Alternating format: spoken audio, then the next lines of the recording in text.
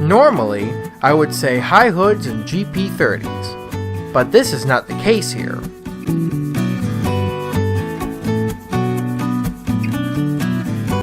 Instead, we have GP30s and Fs, which is much more interesting.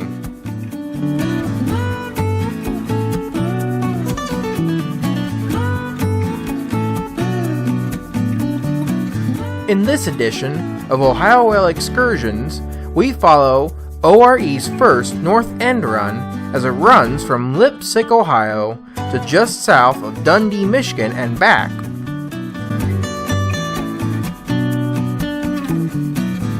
Along the way, we cross busy main lines of Norfolk Southern and CSX and see many mainline trains along the way. Not to mention Clinchfield 800 leads the charge to Michigan and Nickel Plate Road 901 leads the charge back into Ohio.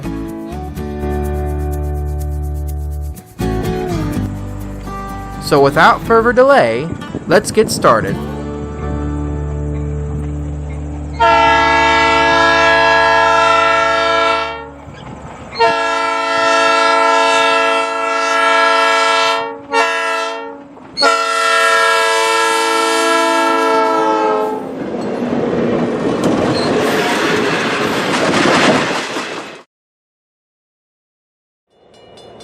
The date is October 12th, 2019. On this day, my dad and I were up in Leipsic, Ohio to chase the Ohio Rail Excursions' brand new North End Run. The North End Run was a special excursion that was running from here to just south of Dundee, Michigan and return. What made this trip special was that this was the very first time the Ohio Rail Experience had ever ran an excursion train on this end of the old DT&I. The last time an excursion train like this ran up here was back in 1999, and if things ran well on this first run, this could become a more common excursion. Normally, these excursions are pulled by Nickel Plate Road 901 and Chesapeake and Ohio 5704, as you have seen in other videos. But for the fall 2019 season, instead of Chesapeake and Ohio 5704 with 901, this time it was Clinchfield 800 from the Southern Appalachia Railway Museum. 800 was being leased to ORE to help run these excursions. The last time I saw this engine was back during its debut run on CSX's 75th Santa Train back in 2017.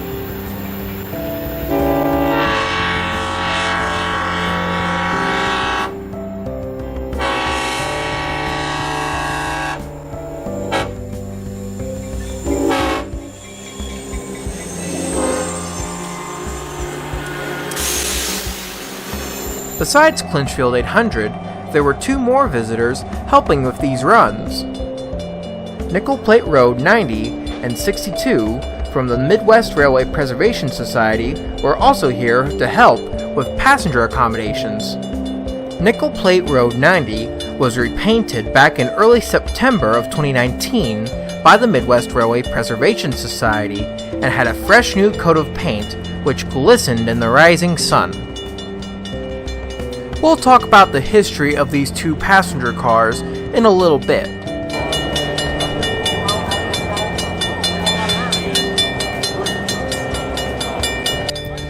Soon it was time for the passengers to board the train, and my dad and I decided to go to our first location.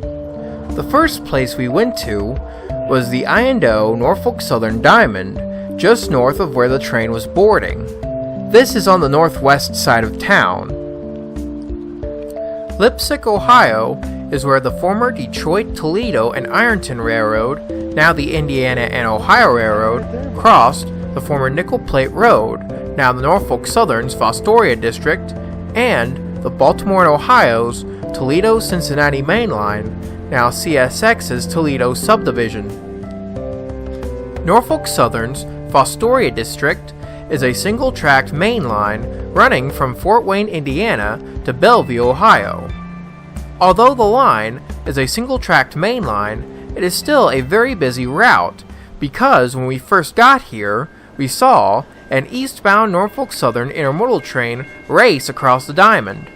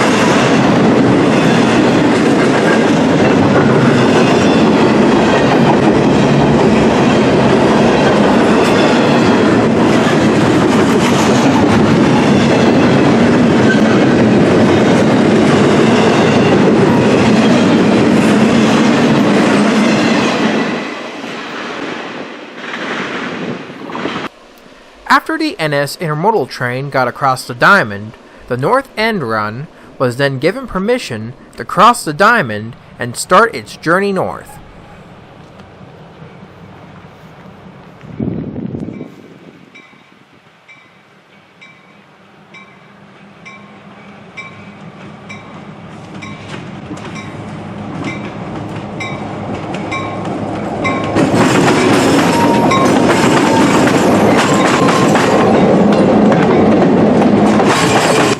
The passenger cars on today's excursion include FLNX 4802, CTVX 90 and 62, CRC 1379, CRC 3200 Montgomery, CRC 1491 Mingo County, CRC 830, and CRC 1376.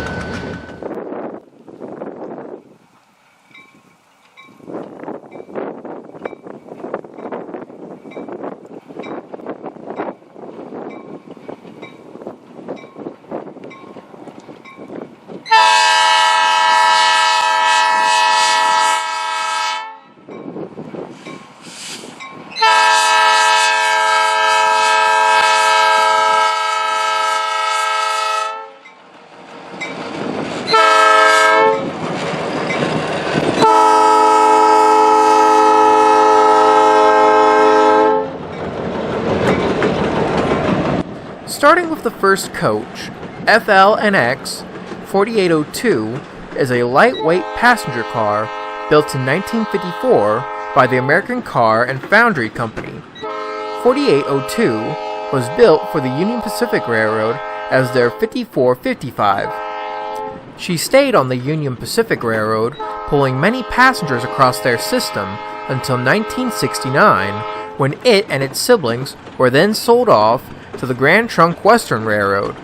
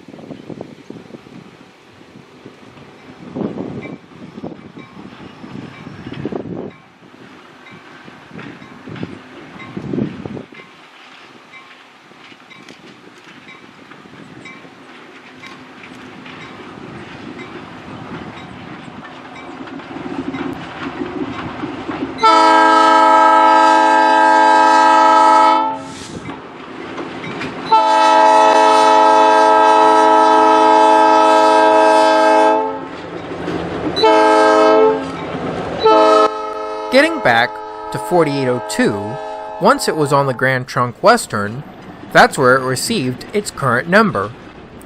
To make a long story short, 4802 would go from owner to owner until sometime in 2019, when it was sold to its current owner, R.P. Flynn LLC, also known as Ohio Railway Supply. Ohio Railway Supply owns a small collection of vintage locomotives and rolling stock such as 4802 and leases them out to tourist operations and excursion operations such as the one we're viewing right now.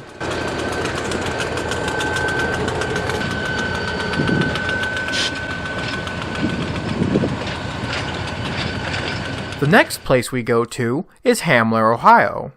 When we got there, we barely caught an eastbound Canadian Pacific ethanol train.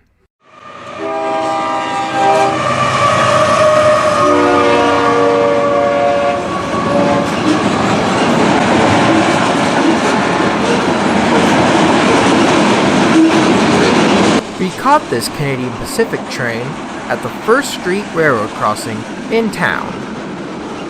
We then relocated to Hamler BI. This is where the old Detroit, Toledo, and Ironton Railroad, now the Indiana and Ohio, crossed the former Baltimore and Ohio's famed Chicago mainline, now CSX's Garrett subdivision. Hamler BI is what the junction is called here by both railroads. Just like I said about the nickel plate line back in Leipsic, this line is also a very busy main line, as you just saw. After a little bit of waiting, the North End Run was then given permission to cross the CSX tracks, and 800 led the train across.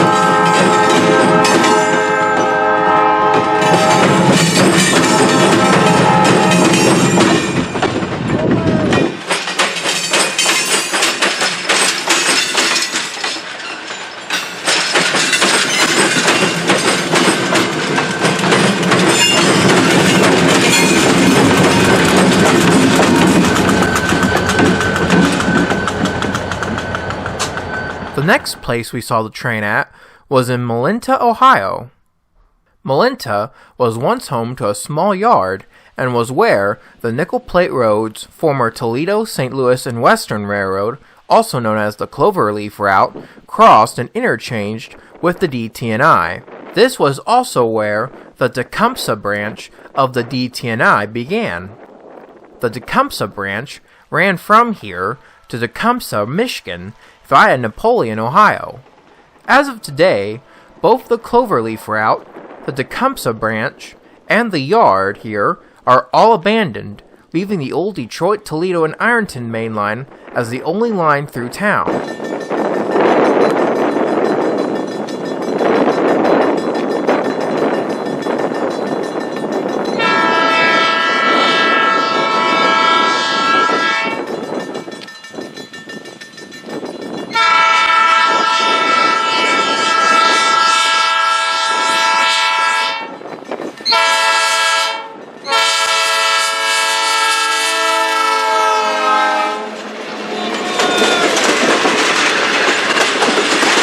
Getting back to the passenger cars, The next ones I want to talk about are Nickel Plate Road 62 and 90.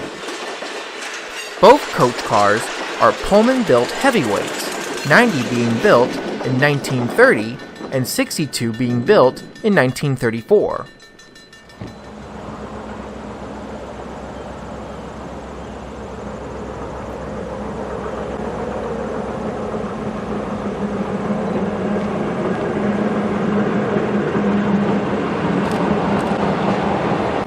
Unfortunately for 62, it also garnered the nickname the Death Coach, as it was involved in a deadly derailment.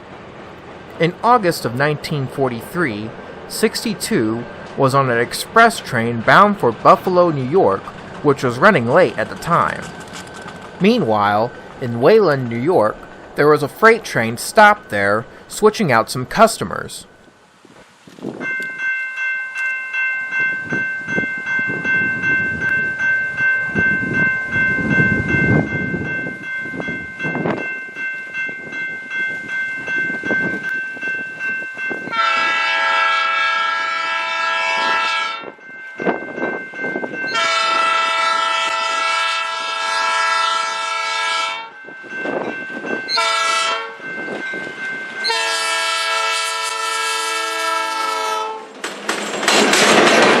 As the freight train was crossing the main line, the late express train then came in and collided with the freight train, causing a deadly derailment.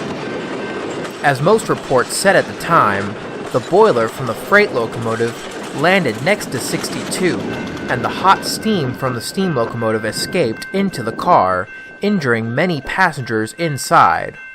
Also, as a quick side note, I also got this unique GoPro footage of Clinchfield 800 running over the camera. This was shot at the same location.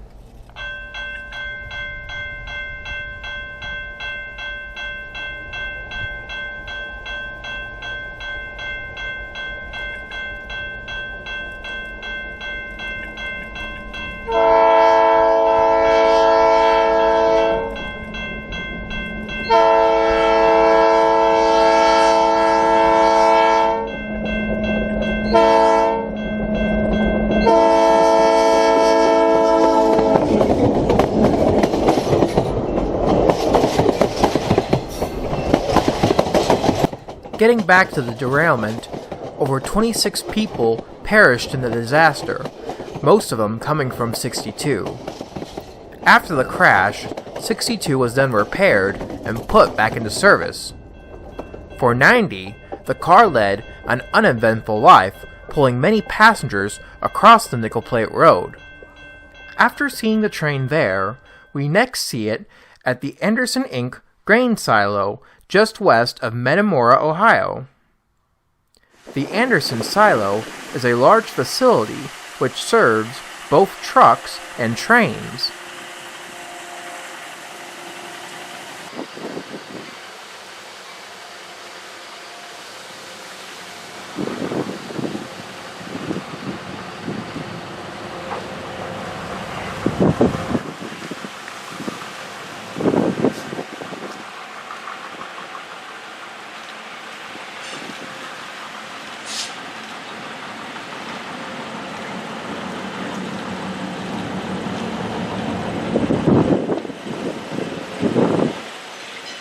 Eventually, both passenger cars would end up being owned by the Cleveland Terminal and Valley Railway Incorporated, which is a part of the Midwest Railway Preservation Society.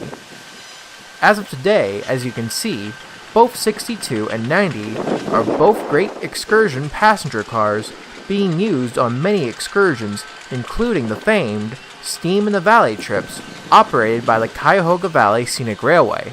After the train passed the silo, it was now in the state of Michigan, where the chase became a bit tougher. Here in this part of Michigan, while the roads are in a grid pattern, the railroad goes at a diagonal in the grid, which means while you're chasing the train, either the train's getting further away from you, or it's getting closer, depending on which side of the tracks you're on.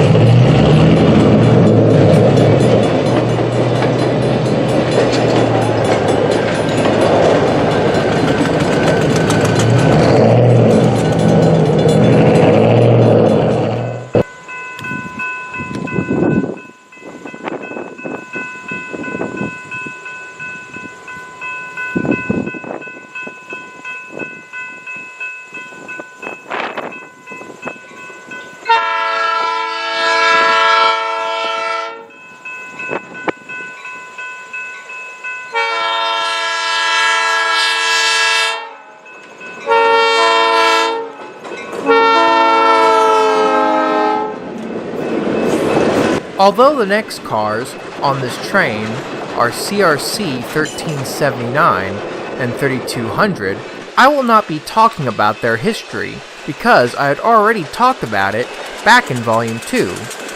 This also applies to CRC 1376 as well.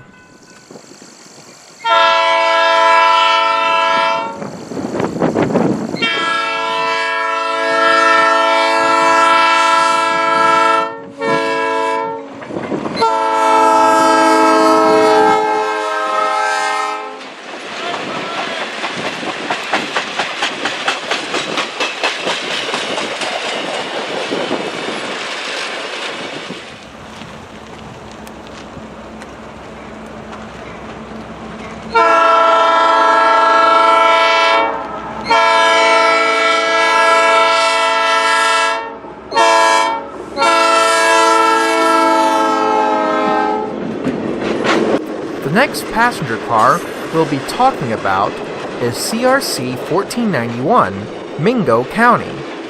Mingo County is a Budd Company smooth side coach car built sometime in the 1950s, first for the Norfolk and Western Railroad.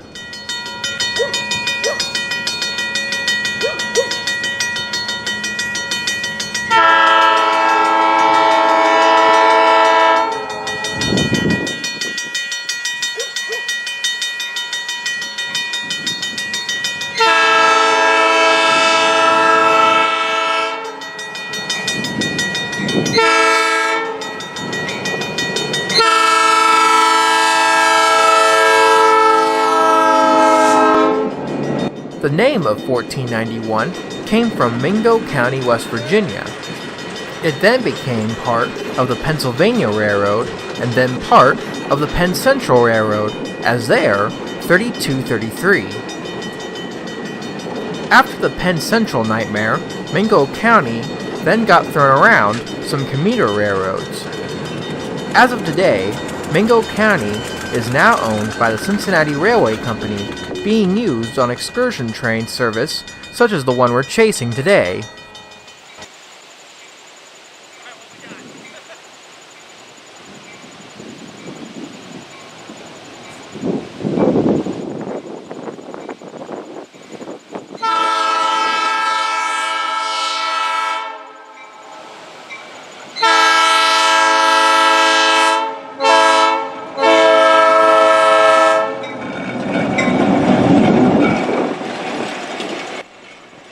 We have now reached the end of our chase with Clinchfield 800, as Diane Tower is just northeast of our location. Diane Tower is also where the I&O's ownership of the DT&I ends and the Canadian National's ownership of the DT&I begins. We did try to go to the tower, but it was in vain, so we decided to wait here until the train came back. After around 25 minutes of waiting, Nickel Plate Road 901 then began the journey back to Ohio. As a result of our decision to wait here, we missed the smoke show 901 gave at the crossing just ahead of us. But still, we got a very good shot of the train here.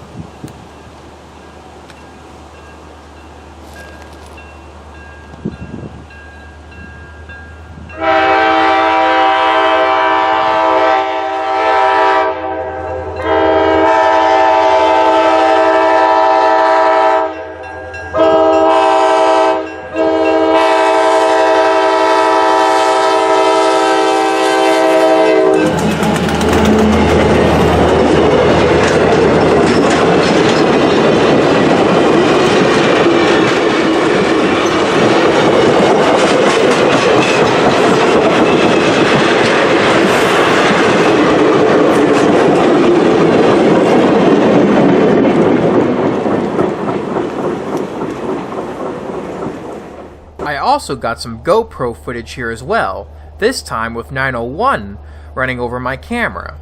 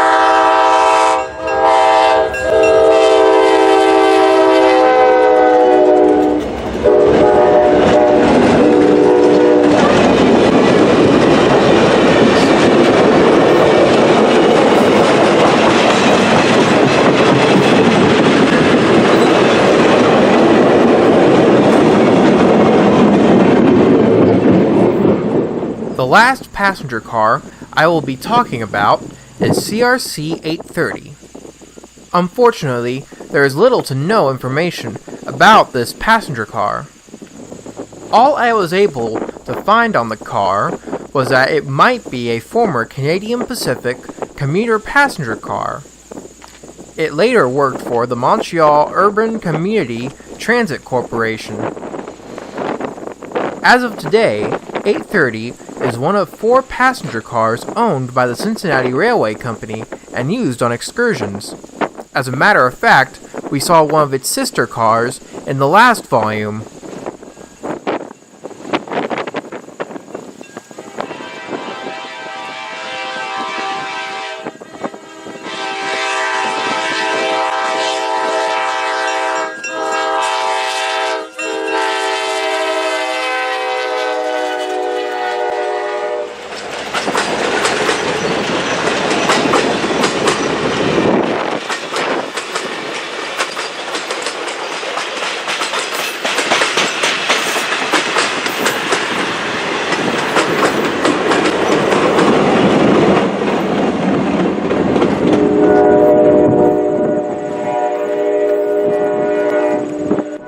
After seeing the train here, we finally crossed back into the state of Ohio.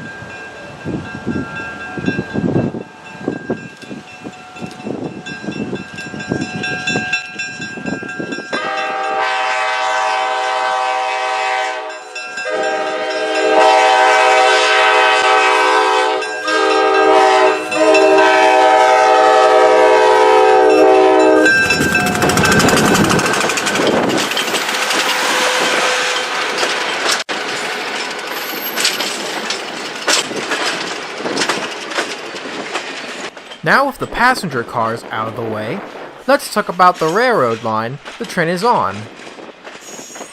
The railroad was started in 1895, building north out of Lima, Ohio.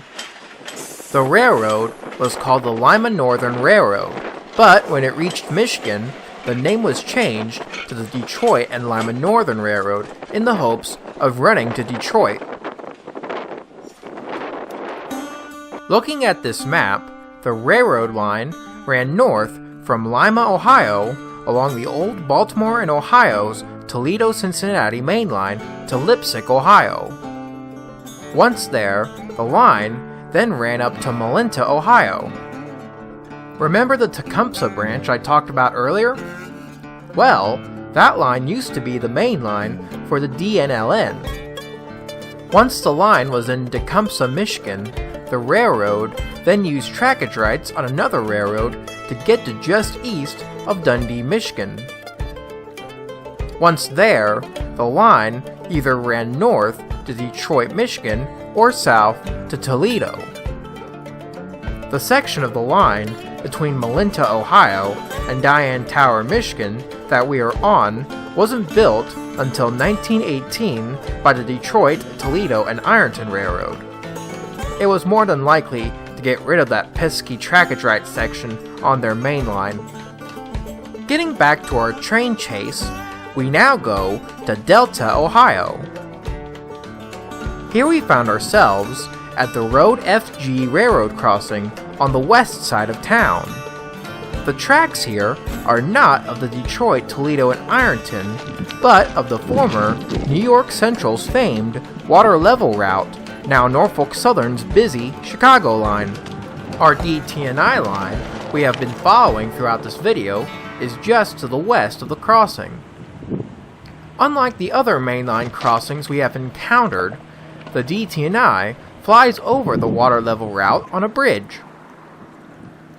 Just as we got here, we then caught a westbound Norfolk Southern intermodal train heading straight for the crossing.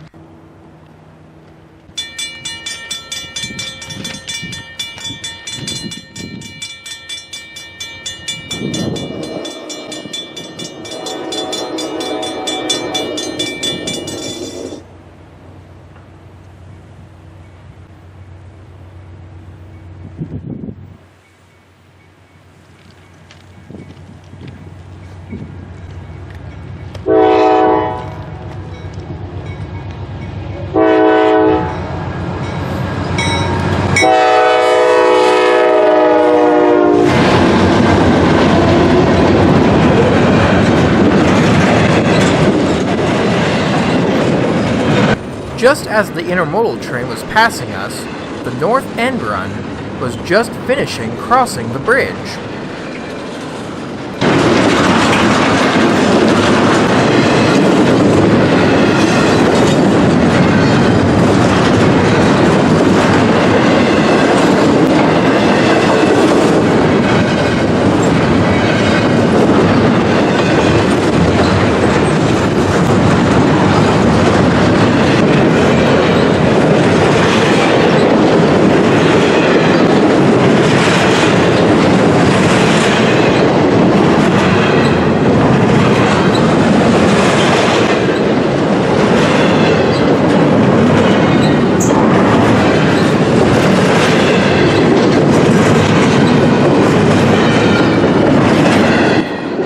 Seeing the NS intermodal train here, we then moved to the Road D underpass southwest of Delta, Ohio.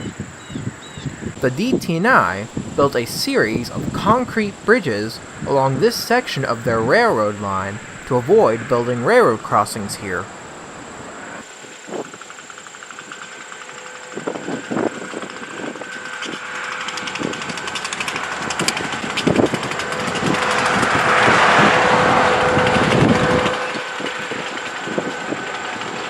Getting back to the Detroit and Lima Northern Railroad, the railroad had big ambitions and wanted to construct another line stretching south out of Lima, Ohio to connect to Columbus, Ohio. They were hoping to operate trains between Detroit, Michigan and Columbus, Ohio, avoiding the congestion of Toledo at the time. But before the planned Columbus line could be built, the railroad ran into financial troubles and was unable to build the proposed Columbus line.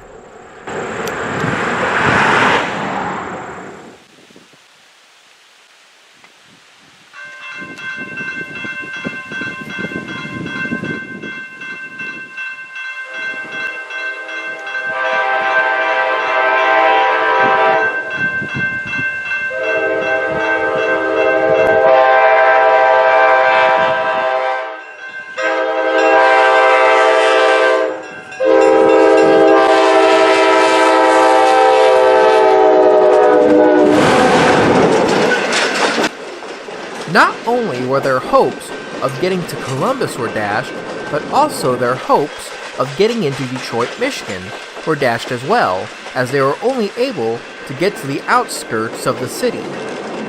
To add insult to injury, the trackatrites the Detroit and Lima Northern used to connect their railroads was charging way too much money to use their railroad. As a last-ditch effort to save the DNLN, they merged with the Ohio Southern Railroad in 1901 to create the Detroit Southern Railroad.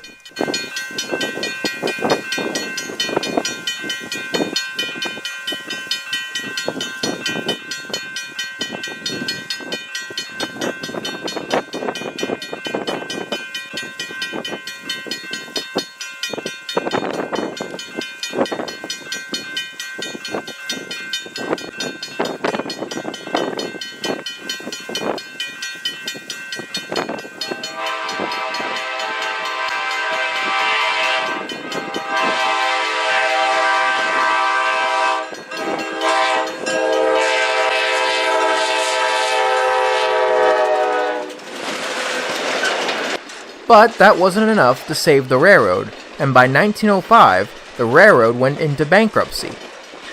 But that same year, the railroad was then sold to the Harry B. Holtzin and Company, and then reorganized as the Detroit, Toledo, and Ironton Railroad, and the rest is history.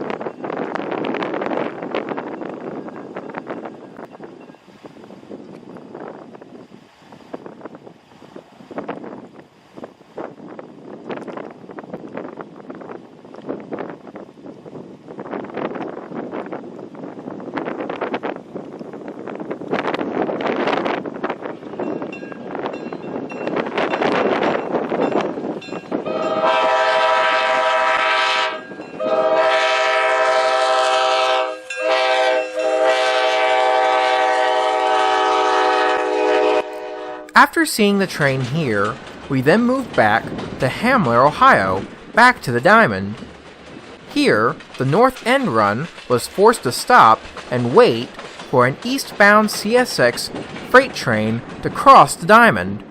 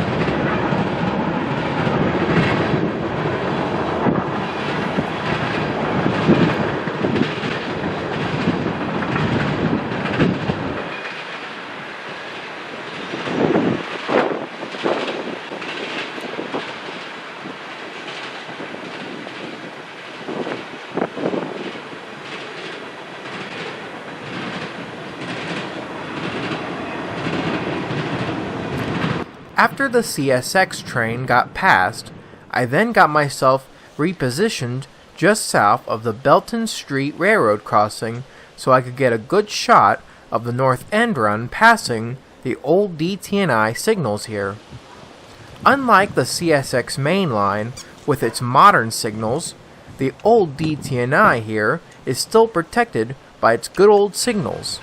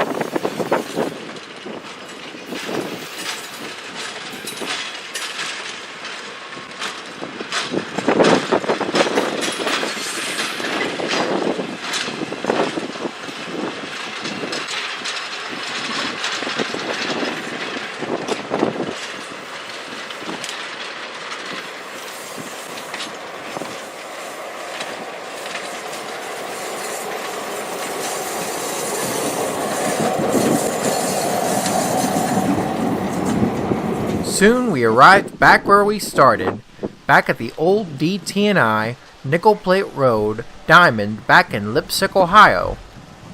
We first see as our north end run pulls up to the signals protecting the diamond.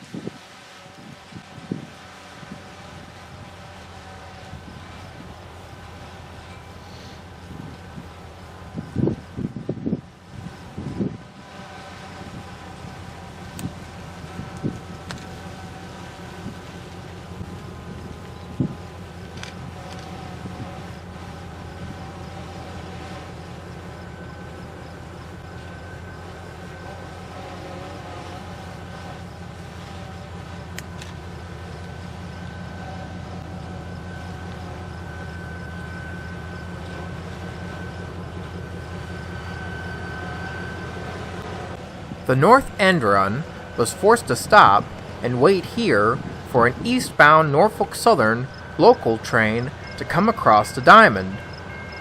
The NS local was being led by Norfolk Southern 3070 and 705.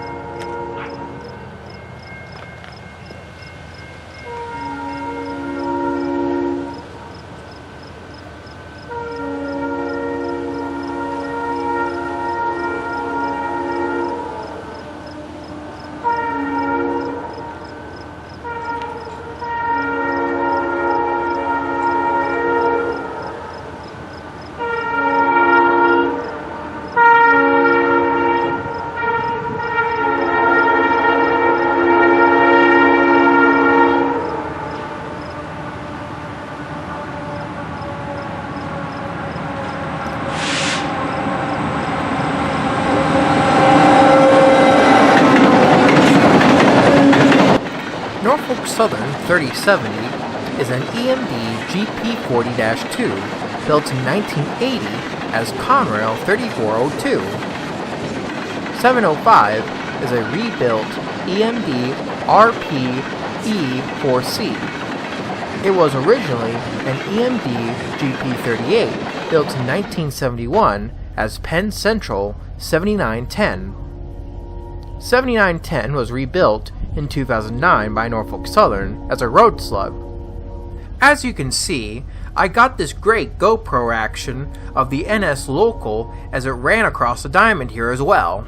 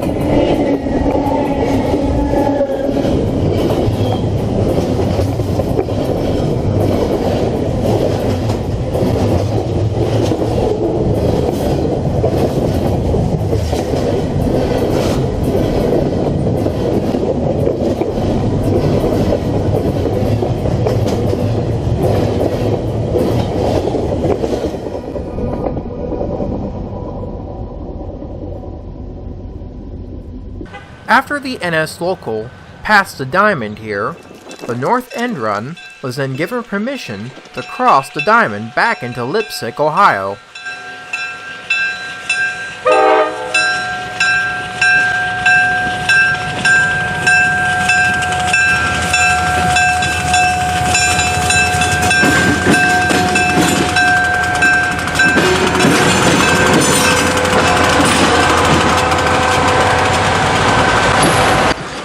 This is probably the closest Nickel Plate Road 901, 62, and 90 we'll ever get to being back on home rails.